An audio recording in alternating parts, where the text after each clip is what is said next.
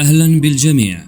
المشكلة التي يعاني منها آلاف البشر حول العالم هي السعال المصحوب بالبلغم، والجميع يبحث عن طرق التخفيف من الكحة والبلغم، وما هو أفضل علاج لتلك الكحة المزعجة والبلغم.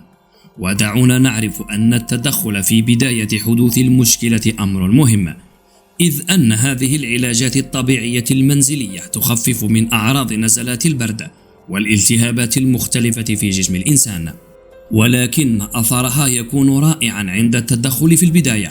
على سبيل المثال، عندما تتدخل من أجل السيطرة على السعال والتخلص من البلغم وهو في مراحله الأولى، فهذا أفضل مليون مرة من التدخل عندما يصل لون البلغم إلى اللون البني أو الرمادي. ويجب أن تكون ضمن حصيلتنا الثقافية والمعرفية الطبية أن البلغم مخاط ينتج عن الجهاز التنفسي، ويحدث هذا عادة في منطقة الرئتين، وينتج جسمك حوالي لتر واحد من البلغم كل يوم.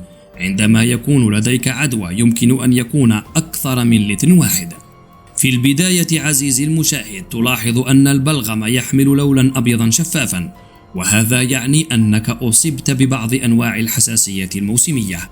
والتدخل في هذه المرحلة هو أمر ضروري جدا من أجل السيطرة وعدم تطور الأمر بشكل سلبي، فعند الإهمال قد يتطور البلغم إلى اللون الأصفر الغامق، وهذا يعني حدوث عدوى خفيفة. وإذا أهملت فهذا يتطور إلى اللون الأخضر، وهذا يعني عدوى شديدة. أما وإذا أهملت فقد يتطور لون البلغم إلى الأسود، وهذا يعني عدوى فطرية. وإذا أهملت أيضا فقد يتحول إلى اللون البني الغامق، وهذا يشير إلى وجود مرض في الرئة. وإذا كنت تعاني من البلغم الرمادي فهذا بسبب التدخين، وعند الإهمال الشديد فقد تصل إلى اللون الأحمر أي النزيف لا قدر الله وجفاف الجهاز التنفسي، وربما تصل بنفسك إلى وجود أمراض خطيرة في منطقة الرئة. التدخل في البداية أمر مهم عزيزي المشاهد من أجل التخلص من تلك المشكلة، ومن أهم المواد الطبيعية التي سنسلط الضوء عليها في هذا الفيديو الجديد من كنوز المعرفة هو إضافة هذا العملاق إلى نظامك الغذائي بشكل فوري. ومن البداية، عندما تلحظ وجود بلغم لونه شفاف أو أبيض، استخدم الكركم. ودعونا نبدأ بهذه الوصفة التي تعتمد على تناول هذا الكوب الرائع ضمن النظام الغذائي على الأقل مرة واحدة في اليوم. ونتحدث هنا عن مشروب الكركم مضاف إليه أعواد القرفة، ويفضل نقع هذه الأعواد لمدة نصف ساعة في كوب الكركم، إذ يمتلك هذا المشروب خصائص مطهرة تساعد في علاج البلغم وتقليل كميته المتراكمة عن طريق قتل البكتيريا المسببة له. كما أن الكركم بمواده الفعالة يساهم في تقوية الجهاز المناعي. ويكفي أن تعرف أن الكركم يعتبر مضاد قوي للالتهابات، فقد ثبت أن من الفوائد الصحية للكركم أنه يحتوي على مجموعة كبيرة من المواد المضادة للأكسدة والمواد المضادة للفيروسات وللجراثيم والفطريات، بالإضافة لاحتوائه على المواد المضادة للالتهابات. فكيف إذا تم جمع هذا العملاق مع أعواد القرفة؟ ولهذا ينصح به كمشروب رئيسي عند الإصابة بالتهابات الصدر ووجود السعال وتراكم البلغم في منطقة الصدر، فهو عامل مطهر ومضاد للجراثيم الطبيعية.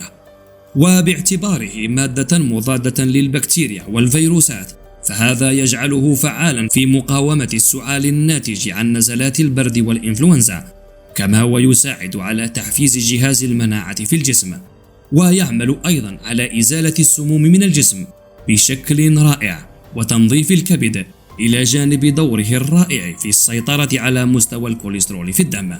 هناك بعض العلاجات التي يمكن أن تساعد في ترقيق البلغم والتخلص منه، وأفضل علاجات البلغم هي الحرص على تناول الزنك ضمن نظامنا الغذائي. وأفضل مصادر الزنك هو تناول شوربة المحار المضاف إليها القرع العسلي، ويمكن أيضا تناول المكمل الغذائي ولكن باستشارة طبيب التغذية العلاجية. فإذا شعرت أنك لا تستطيع السيطرة على المشكلة، فينبغي عليك أن تفحص معدلات فيتامين د في جسمك، وإذا كان منخفضا فهو واحد من أهم المسارات التي تسيطر فيها على ضعف المناعة واستمرار التهاب الصدر والبلغم والسعال. يمكنك أيضا إلى جانب تناول مشروب الكركم أن تتناول بذور الحلبة، يمكن غليها وشربها. وإذا ما أردنا أن نذهب لنصيحة استشاريي التغذية العلاجية في التخلص من البلغم من بدايته، فينصح بتناول مشروب اليانسون الذي يقول أنه يتمتع بخصائص فريدة والتي تعمل على ترقيق البلغم والتخلص منه بشكل فوري. كما ولا تنسى عزيزي المشاهد أن العديد من الدراسات العلمية أكدت فوائد الكركم مع الماء وفوائد الكركم مع الحليب، خاصة إذا كان حليبا غنمي. كما أن الكركم مفيد للرجال والنساء على حد سواء، ويمكن تعزيز قيمته الغذائية بإضافة بعض الهبات الربانية وخاصة العسل. فتناول الكركم مع العسل له دور رائع في تقوية الجهاز المناعي ومحاربة تلك الالتهابات أيا كانت. نتمنى عزيزي المشاهد أن تكون هذه المعلومات قد نالت إعجابكم ورضاكم. شكرا لكم على طيب المتابعة وكرم الإصغاء، وهذه تحياتي وتحيات فريق عمل كنوز المعرفة. كيف يمكننا درء غائلة الأمراض قبل وقوعها؟ أم كيف يمكننا التخلص من براثن الأمراض بعد التردي في جحيمها؟ إذا نحن لم نتبع القواعد الصحيحة السديدة، وإذا نحن لم نطبق النظم الغذائية الرشيدة، لهذا نحن بينكم، نحن كنوز المعرفة، درهم وقاية خير من قنطار علاج. تلك هي الحكمة القديمة، وتلك هي الرسالة الصحيحة، والتي يجب أن يطلع الطب بأعبائها تجنبا لانحطاط قوى الجسم وانهيارها، وتفانيا لتعرض الجسم لشتى أنواع العلل والأمراض. فالوقاية إذن يجب أن تكون أساس الطب ونقطة ارتكازه. نحن كنوز المعرفة، تقبلوا تحياتي، والسلام عليكم ورحمة من الله تعالى وبركاته.